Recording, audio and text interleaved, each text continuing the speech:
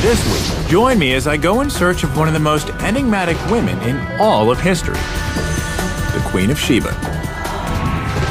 The Bible says she appeared from the desert leading a caravan of riches to the court of King Solomon in Jerusalem. Many cultures claim her as their own. But what's the truth behind the stories? To find out, I'll explore ruined temples in Ethiopia, follow ancient caravan routes through biblical lands, and head into the dangerous tribal no man's land of modern Yemen. We're digging for the truth, and we're going to extremes to do it.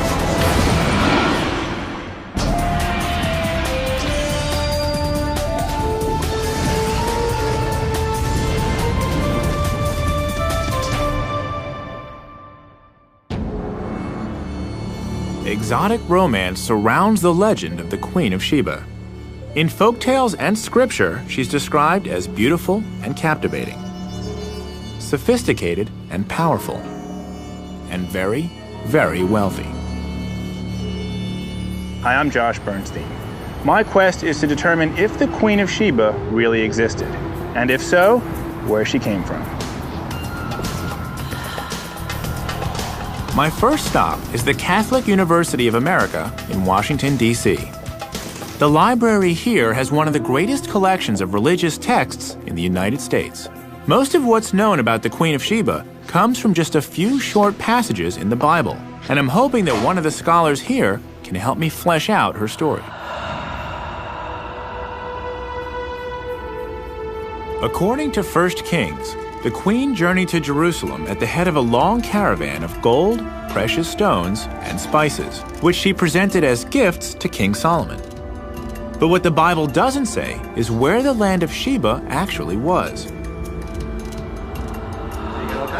Dr. Doug Gropp is an expert in Middle Eastern texts, and I've asked him to help me decipher other passages that may offer some interesting clues. Begin with Jeremiah chapter 6, verse 20. The Lord says, Lama zeli levona mishva tavo. What is frankincense to me, which comes from Sheba? Doug tells me that the spice the queen brought to King Solomon was frankincense, an aromatic resin that was one of the most prized goods of the ancient world, more precious than even silver or gold. What makes this clue so useful is that frankincense comes from a very limited geographic area. This means I should be able to trace the trade routes back to the Queen's homeland fairly easily, or so I hope. In the ancient world, it came from South Arabian area and on the other side of the Red Sea and Horn of Africa. And that's it? That's pretty much it. So Sheba could be that region? Right. Somewhere, okay. Somewhere in that region. Is there any place else in the Bible where we can learn about Sheba? Well, there's a few other places that mention Sheba, but there's also a related term, a term that most scholars think is related that has just a different S sound, Seba. Doug explains that Sheba sometimes appears with a slightly different spelling and pronunciation. He shows me a passage from the Old Testament book of Isaiah that speaks of a land called Seba, and more importantly, gives a pretty precise clue about where it may have been. Okay, so Seba is a region either south of Sudan or in that area, the Horn of Africa area, right. Which again is the Ethiopia area. Right. And we have one more Another passage from Isaiah describes the people I'm looking for, and even gives them a name. And the Sabaeans, who are described as Anshe Midah, men of stature, tall men. Ethiopians are pretty tall. Yeah, they are. I have a picture here of Solomon and Sheba's meeting. Doug tells me that the Ethiopian story of the Queen of Sheba is one of the most elaborate, and that it plays an important role in the country's history. So Ethiopia definitely has a very historical and even tangible connection with the Queen of Sheba. Yeah, it's absolutely central to their whole national consciousness. So the Queen of Sheba may have been from Ethiopia, or she may have been from South Arabia. But based on what I just heard, it sounds like Ethiopia has a slight advantage. So it looks like I'm going to Africa. I hop an Ethiopian Airlines flight across the Atlantic to the Horn of Africa.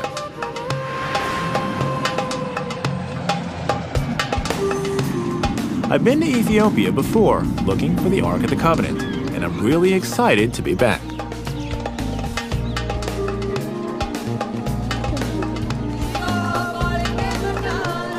I start my search for evidence of the queen in the northern highlands of the country, in a sleepy village with a very promising local nickname. This is the town of Lalibela. It's also called the New Jerusalem, and is considered by many to be the holiest place in Ethiopia. But is there a connection between this Jerusalem and the Jerusalem visited by the Queen of Sheba? Let's go find out. At first glance, the town doesn't bear much resemblance to Solomon's capital. But there's an elaborate complex of churches here that give the place its holy status and famous nickname. To help me learn the lay of the land, I'm meeting up with Asnake Hubete of Addis Ababa University. Okay, so I've heard that this place is called the New Jerusalem. Yes, you see, in Ethiopian tradition, it is said to have been that King Lalibela, in order to minimize the journey of Ethiopians to Jerusalem, he was said to have Asnake explains that Lalibela is a pilgrimage site modeled on Holy Jerusalem, the same city where King Solomon first impressed the Queen of Sheba with his wisdom. Could this place be part of that legacy? As we come upon the first of the churches, it becomes clear just how inspired Lalibela was. The site is made up of 11 churches, all carved seamlessly from the mountain bedrock, complete with windows and doors. Over the centuries, hundreds of thousands of souls have come to pray here. Even now, it's a thriving center of faith. Everywhere we go, we pass monks and nuns who are immersed in prayer, oblivious to our presence. As we pass through one of the dozens of tunnels and passageways on our way to the most sacred of the churches, Asnake fills in the details of the Ethiopian version of the Queen of Sheba legend. Ethiopians believed that from northern Ethiopia, Queen of Sheba, she went to Jerusalem to visit King Solomon. The story that Asnake tells me begins the same way as the biblical tale I heard in Washington.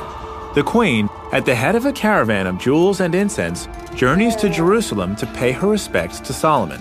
Once in Jerusalem, though, the Ethiopian version takes a very different turn. King Solomon went to sleep with her because of her beauty and her fame, but she refused. According to the legend, the queen resisted Solomon's efforts to seduce her. He promised to leave her be, so long as she agreed not to take anything belonging to him. He then set a trap. Solomon served the queen a lavish feast of spicy, salty food, but offered her no water to drink. Forbidden from asking him for anything, she went to bed with her thirst unquenched. Solomon's trap was set. In the dead of night, the queen awoke, desperately thirsty. She searched the palace for water, but the only pitcher had been placed next to the king's bed.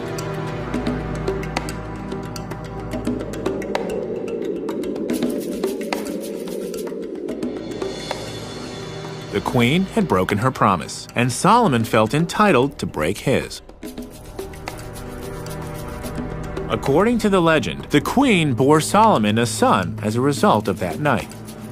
Named Menelik I, he founded the Solomonic dynasty in Ethiopia, a dynasty that lasted 3,000 years and ended only with the death of the Emperor Haile Selassie in 1975.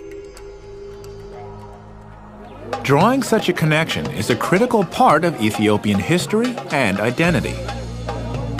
By tracing their descent to Solomon through the Queen of Sheba, the Ethiopians thus become children of Israel and among God's chosen people. The spiritual importance of this New Jerusalem is even more apparent once we reach our destination, the most dramatic church in all of Lalibela. Carved into the shape of a cross, Bet Georgos, or the House of St. George, was the last of the churches to be constructed. The elegant workmanship and fine detail speak to the extra care that was taken in carving it. As we descend through the winding trench towards the entrance, I can't get over how incredible this place is. What's amazing is that a lot of the stone that they had to remove to make those temples had to go out these narrow corridors. Look at how narrow that is.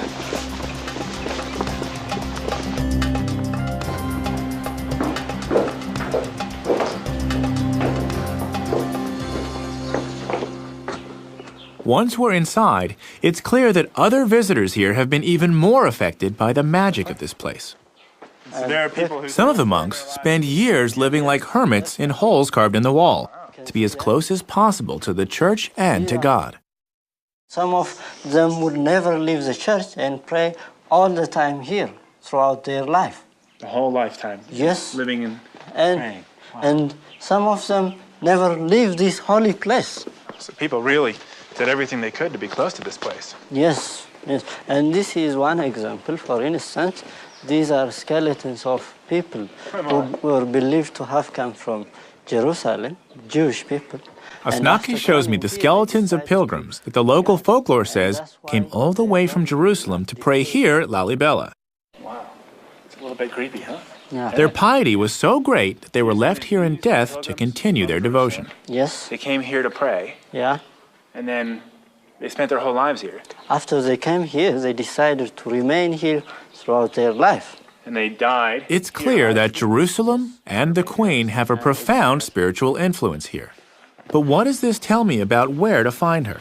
This is a very nice question. Naki says that Lalibela was completed only 700 years ago. Scholars believe the Queen of Sheba would have ruled in the 10th century BC, nearly 3,000 years ago. So I clearly need to go further back in time to find a tangible connection to the Queen. But Asnaki tells me there is a civilization in Ethiopia that could date back far enough. I just have to travel a bit farther north to find it. Could this be the Sabaean kingdom that Doug told me about back in Washington? I've come to the Horn of Africa searching for the Queen of Sheba and learned that one of the gifts she brought to Solomon was frankincense, which comes from only a few places around the Red Sea.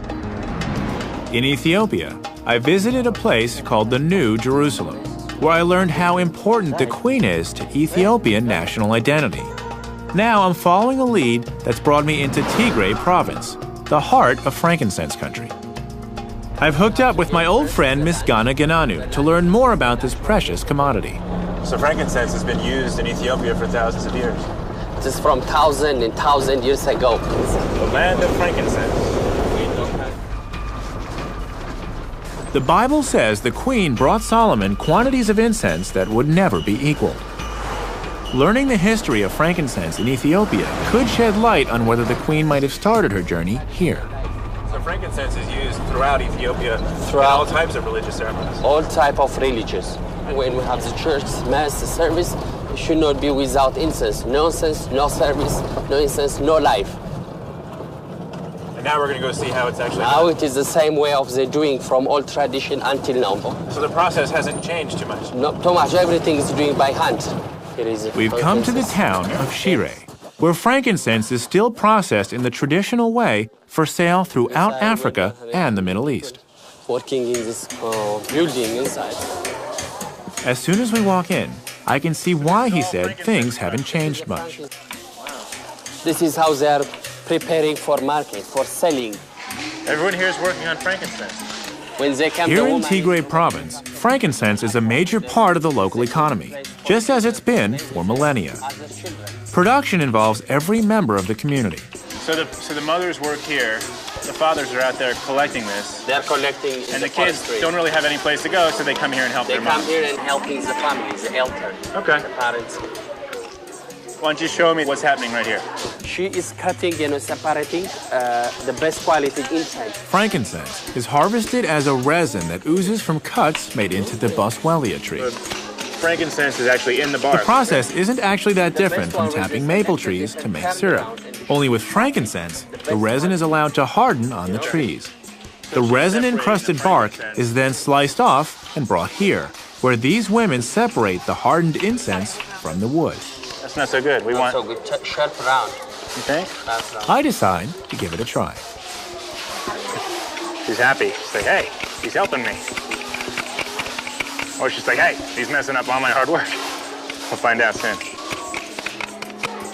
Is that a good piece? No?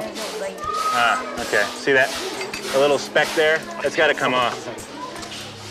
I want to make it as clean a resin as possible, right? Clean resin? Yes. Clean resin. She's got to have a really good eye for that, you know? What happens next? Okay, I'll show you now. Okay. Okay. Thank you. Namaste, Akhenaten.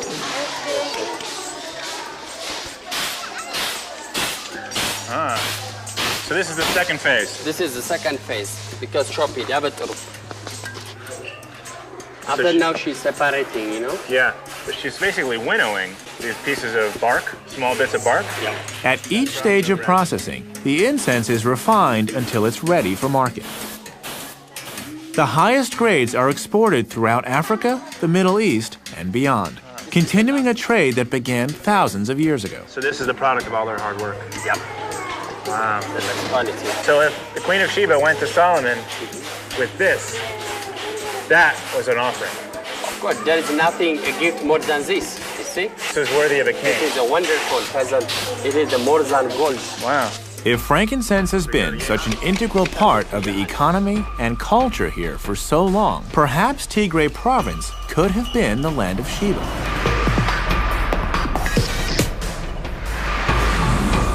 We head on to the tiny village of Yeha, just a couple of hours away, to check out a temple. I've been told it dates back to the beginnings of civilization in Ethiopia. Miss Ghana tells me that Yeha was the center of the first state to arise in Ethiopia, between 2,500 and 3,000 years ago. This puts it around the right time for the Queen of Sheba. Could there be any relationship between this place and the mysterious Sabaean civilization? The temple is now little more than a shell, but with its high, well-built walls, it must have been quite a sight in its day, perhaps even suitable for a legendary queen. The complex has since been converted into a Christian church, but the shrine's pagan past is apparent everywhere. Elements from the original temple, like these antelope heads built into the church wall, are still revered. Inside, the monks show me their most prized artifacts, inscriptions removed from the temple. Unfortunately, no one here can read them. In fact, the language they're written in doesn't even come from Ethiopia. What the monks can tell me, though, is that the language they're written in is Sabaean, and that it comes from South Arabia. This is exciting information. Doug Gropp told me that the queen might have come from either the Horn of Africa or South Arabia. The evidence here at Yeha indicates that her people may have immigrated to Ethiopia from Arabia, which means I'm hot on the trail. I traced the frankincense trail to the Horn of Africa in search of the Queen of Sheba. I learned how the incense is processed, and I explored the ruins of the first Ethiopian state. Now, despite the warnings of the U.S. State Department, I'm heading 100 miles east across the Red Sea to the South Arabian country of Yemen to track the queen and her civilization. My first stop is Sana'a, the ancient capital of Yemen. So I've come from Ethiopia, where I've learned that this Sabaean culture has roots here in Yemen. Of course, yes. What is the relationship? Dr. Hussein Al-Amri is a professor at Sana'a University. The Yemen in that time was a center of merchants, and Sana'a, the capital especially, was one of the oldest souk of Arabs. Really? So this city is one of the oldest markets? Yes, there were. Hussein believes that the Queen civilization was based here in Yemen and was built on commerce. He explains that the Yeha temple I saw in Ethiopia was actually a Sabaean colony, established when they extended their trade networks into the Horn of Africa. So people have been meeting here for thousands of years? Yes, of course, yes. Buying, selling, watching, spending their time. It's a beautiful city. So tell me about the Sabaean civilization lay at the crossroads of trade in antiquity, controlling the movement of goods between east and west. This is the spice section. Spices from India, gold and ivory from Africa, silks from China, and of course frankincense all passed through the kingdom of Saba before heading north on the caravan routes to the markets of Egypt, Mesopotamia, and the Mediterranean. You seem to sell everything. Special price today, just for you, my friend. But Sana'a wasn't the Sabaean capital. If I'm to find the queen, I need to head to a city called Marib, just 100 miles east over the mountains. But it might as well be a world away. It's in a very conservative, tribal area of the country that's known for its animosity towards outsiders. I'm told in no uncertain terms I should postpone my visit. In order to even make the trip, I need to find the right escort. Hussein sends me to the former governor of Marib and the present governor of Sana'a, Abdulwahed al-Bukhiti. Abdulwahed tells me that the Bedouin who live in Marib highly value their traditional customs. He suggests that before we head out, I should pick up a jambiya, one of the large daggers that I've seen nearly all the men wearing here in Sana'a. If participating in the local traditions is the best way to gain acceptance and keep me safe, I'm all for it. Touch this one? It's okay? Yeah, you can. Now, which is more important, the blade or the handle? The handle. The handle. Yeah. You can recognize anyone in the street through his gambia. So you know he is from this area, he is from that area, this one from this tribe, this one that tribe, by his gambia. Jambiyas have been an important status symbol in Yemen going back to Sabaean times, and they communicate a lot about their owners. History and personality count. The older the jambiya handle, the more prized it is. Abdulwahed tells me that one sheikh recently paid $1 million for an especially prized jambiya. what do you think? It's pretty nice, huh? Jamil. In Yeah. Arabic, Jamil means nice. Nice. Good? Very good. Like this or like? Very good. Okay, I guess it's it's okay. just straight up, yeah? Yeah. You are Sabaean. Shukran? All right, this Now is that fun. I've got my jambiya, Abdulwahed gives me a lesson in another time-honored Yemeni tradition. Cut. We chew it like this. Yeah. You can use it. Yeah, huh? Exactly. Oh, wow. How you taste it? Yeah, it's got a weird taste. Yeah. Kind of tangy, bitter. It's not. Very It's not dry. sweet. Very dry. What happens when you chew a lot of it? Like these guys are Make you comfortable. like mellow. Makes you works a lot. Uh-huh. You can read a lot. And you can't sleep. Can't sleep. Yeah. Ah, Keep so you up. interesting. Yeah. And this is a tradition where Khat is a natural stimulant, chewed by over 80% of the population each afternoon. It feels like about 6 shots of espresso. okay, You can that eat it. No, I'm good. I'm It's good. yours. What? Okay. He More. swear. Yeah. What? He swear and get for you to eat it. It's not enough just to taste it. I have to have more. I've got to sign on for the full experience. He swear and get for you to eat it all. Oh my God. So you can do it like this. Really? Uh-huh. So I wouldn't want to offend him. No, Okay. Nothing will happen. It's Okay. fine. It's fine. I wish I could tell you what this tastes like, but it's like nothing else I've ever had. Okay. It's really bitter. نقطع البياس. Like maybe if you ate a whole bunch of dandelion greens, but wow, Oh. bitter. Okay, How is it? Shukran.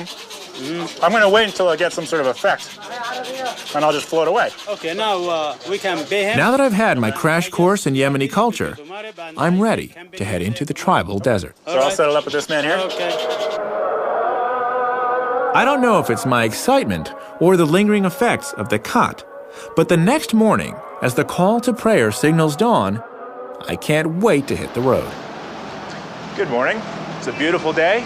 I've got my jambiya, and now I've got to meet Abdulwahed. We're going to Marib. Shukran. Yalla.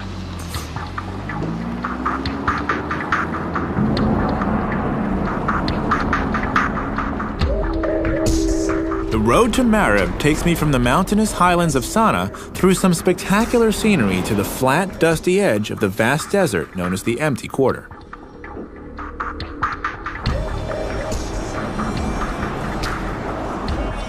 I'm going to meet Abdulwahed along the route. He's traveled ahead to guarantee my safety in this lawless zone. Over the years, this road has developed a well-earned reputation for highway robbery. Good morning. Some of the tribes have been known to kidnap travelers and hold them for ransom. It's been good. Traveling with Abdulwahed should make things go smoothly, but even he takes precautions.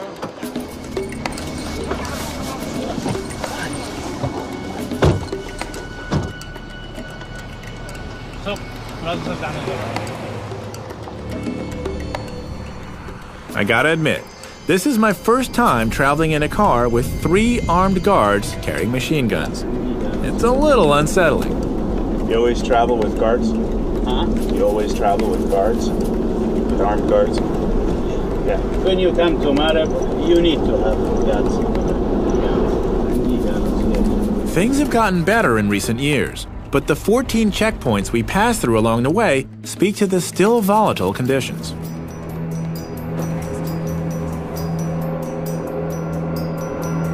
"100 miles later, we arrive safely at the outskirts of the city. Old city, old Marab.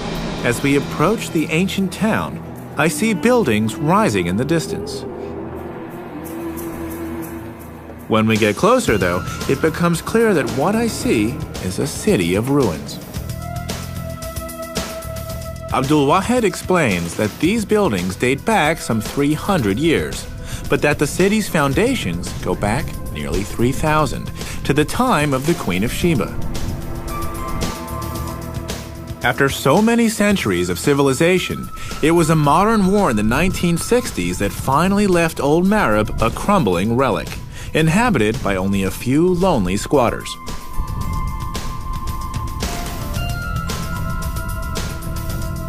As we move on, I can only hope that the rest of Marab's ancient past hasn't met a similar fate, and that something of the Queen can still be found. I've traveled from the Horn of Africa to the deserts of Arabia in search of the Queen of Sheba. In the old city of Sana'a, I was welcomed by the local governor, Abdul Wahed al-Buhiti, who's escorting me through the lawless tribal deserts of Yemen. The Bedouin are famous for their hospitality, but hostility can also arise at a moment's notice, which we soon found out. After we left the ancient city of Marab, heavily armed tribesmen surrounded our camp in the middle of the night. We were literally under house arrest. In a place where foreigners are routinely kidnapped, the stakes were very high. Thankfully, Abdul Wahed has taken pains to help me navigate the terrain. Drawing on his contacts from his days as governor here, Abdul Wahed has called a meeting of the local tribal sheikhs so that I can pay my respects and prove my intentions. I make sure to do all the right things.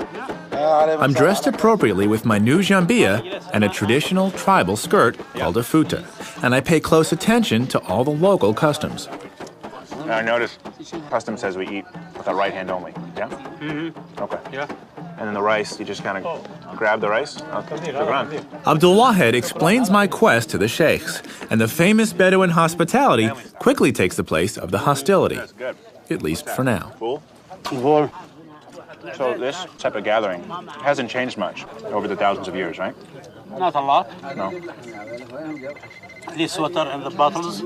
Yeah. Chunks. Okay. It's new. And some of the foods, maybe. The rice is new. Cell phones. Cell phones. Cell phones are new. Yeah, it's new. Okay.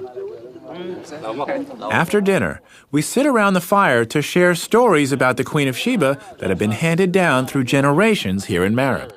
It's okay.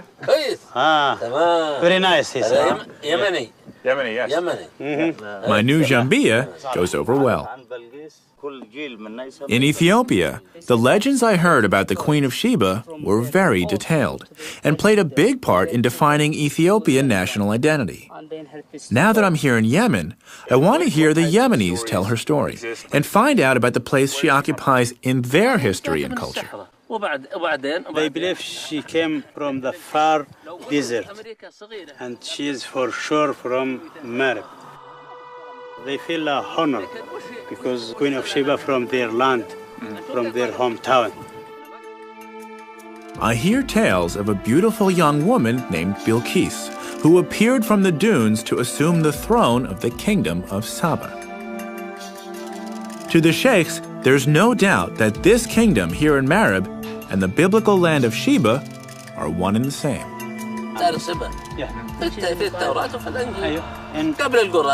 And the holy books.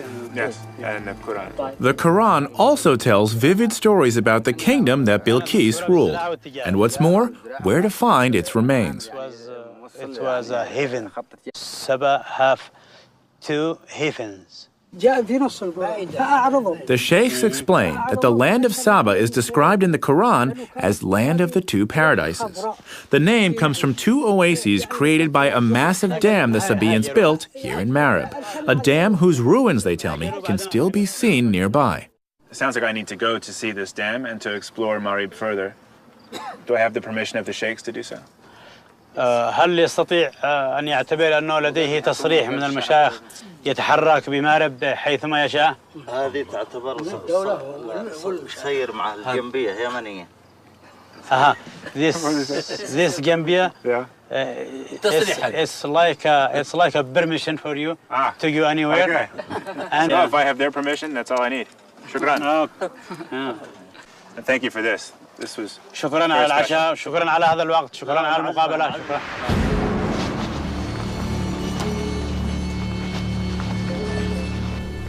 My evening with the sheikhs went over very well.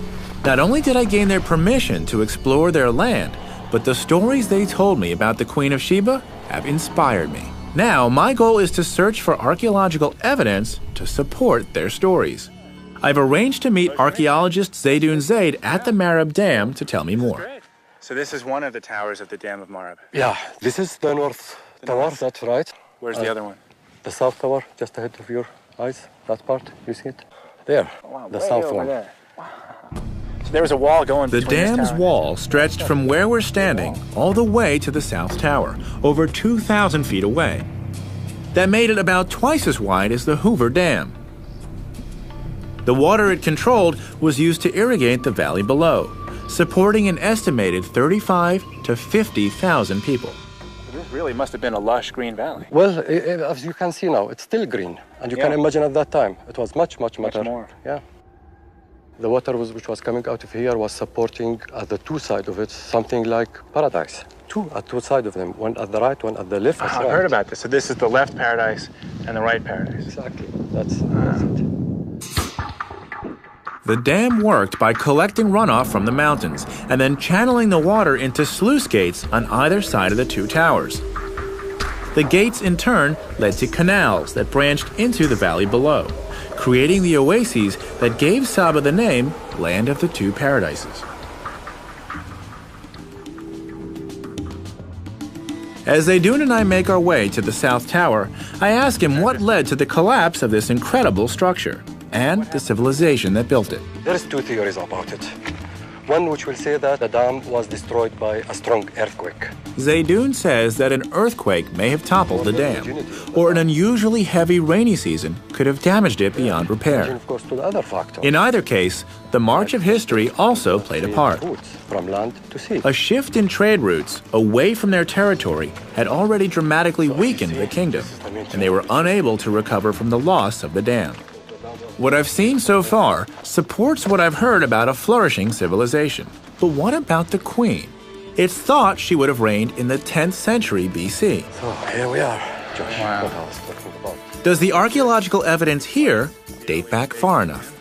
Well, the construction of the dam went through different phases, and what we are looking, in fact, at the latest of it. Well, inscriptions on the tower are written in the same Sabaean script I first saw in Ethiopia. Though they date this phase of the dam to the 7th century BC, after the time of the queen, Zaydoun tells me that this is only the latest construction.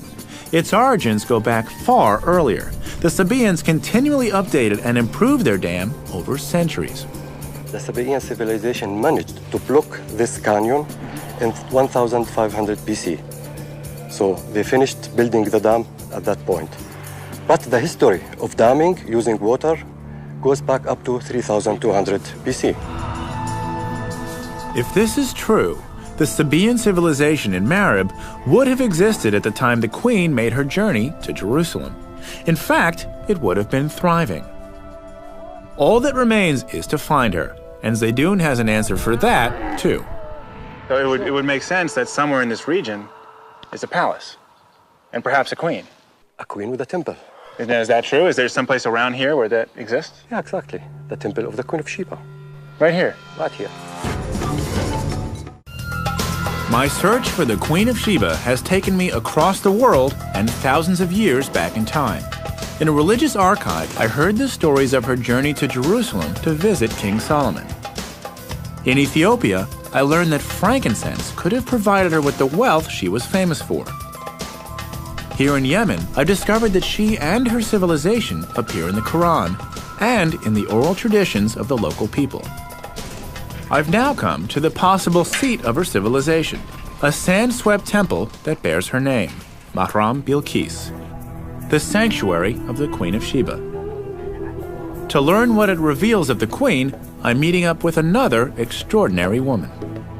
Merlin Phillips Hodgson of the American Foundation for the Study of Man has been excavating here for nearly a decade. It's a pleasure to be here. Before we explore the temple, Merlin and I must pay our respects to the sheikh who watches over the site. Sheikh Marzouk and his sons keep a close eye on the Mahram Bilqis, the centerpiece of their heritage, and they want to be sure of my intentions.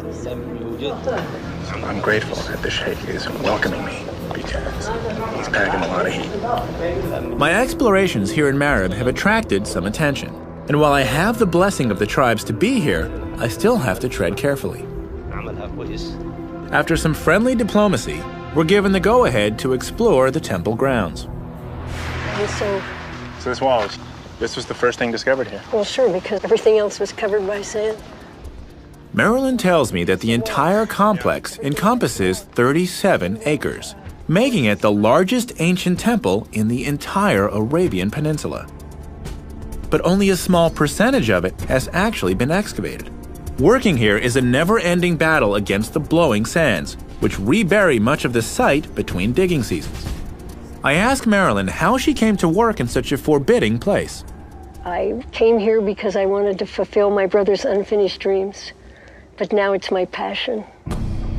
The Mahram Bilqis was first excavated by Marilyn's brother, Wendell Phillips, in the early 1950s. When he began, the site was almost entirely covered in sand. And though his dig lasted only one season, he uncovered a wealth of artifacts. So your brother brings his archaeological team here. They start excavating. What happened? They found many, many exciting, wonderful treasures. One of the greatest is, I happen to have a picture here to show you. Oh, yeah. It's every Yemeni has a picture of it because it's on the 50 rial note. Wow. Wow, so this was such an exciting find that they actually put it on their money. That's right. More than 4 feet high warrior. One of the rulers of this great area. That's impressive. It is.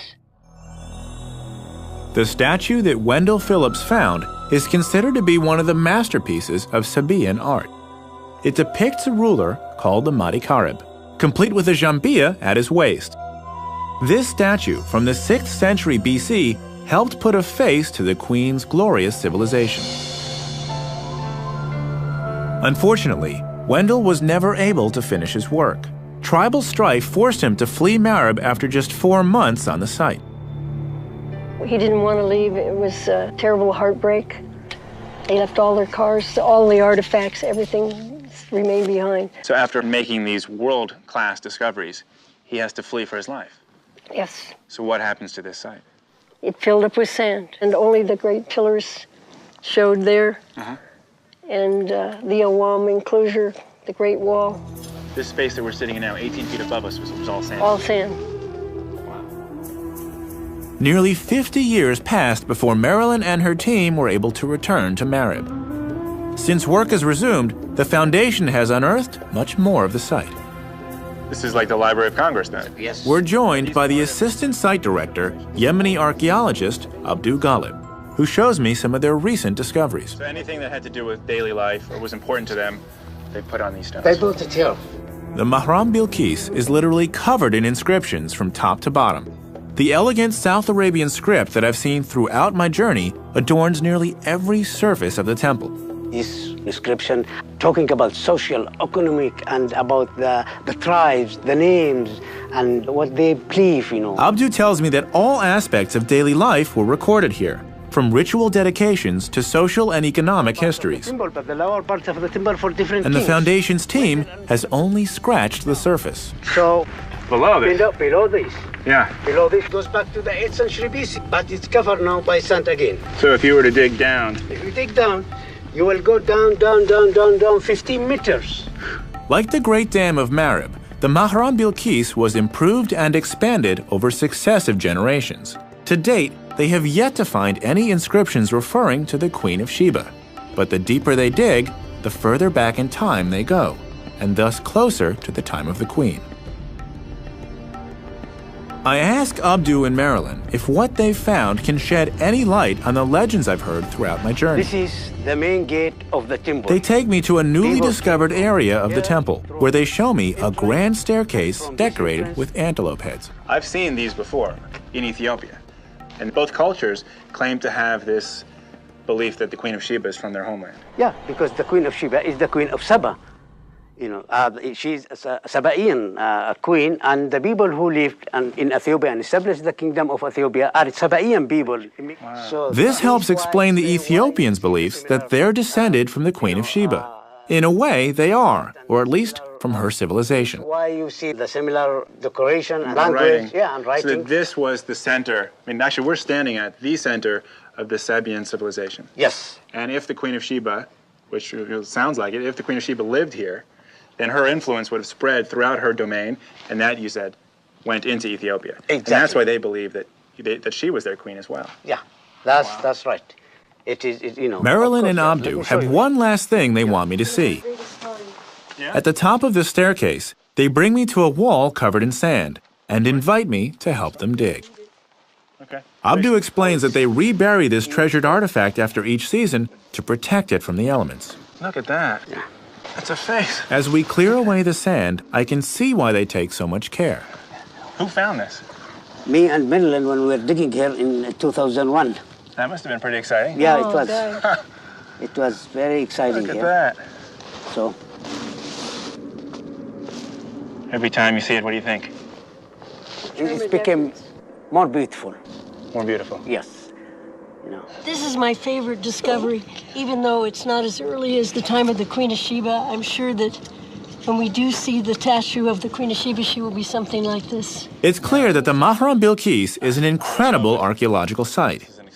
Every season of digging reveals more about the remarkable Sabaean civilization and brings Merlin and Abdu closer to finding the real Queen of Sheba. She speaks to you. She says, keep digging. Yeah, we'll keep digging. And to think that just by digging another 10 meters, you could come face to face with the most famous queen in the world. Yeah, somewhere we are going to find the Queen of Sheba. So you don't believe it's a question of if, but just a question of when? It's a question of time and a question of work. So we're going to find her here. My mission to uncover the real story of the Queen of Sheba has been a success. I haven't found her yet, but I have found her civilization and learned firsthand how she became so important to cultures in both South Arabia and the Horn of Africa. Perhaps Merlin and Abdu will find her here, and perhaps very soon. What is certain is that the story of this legendary queen will continue to captivate.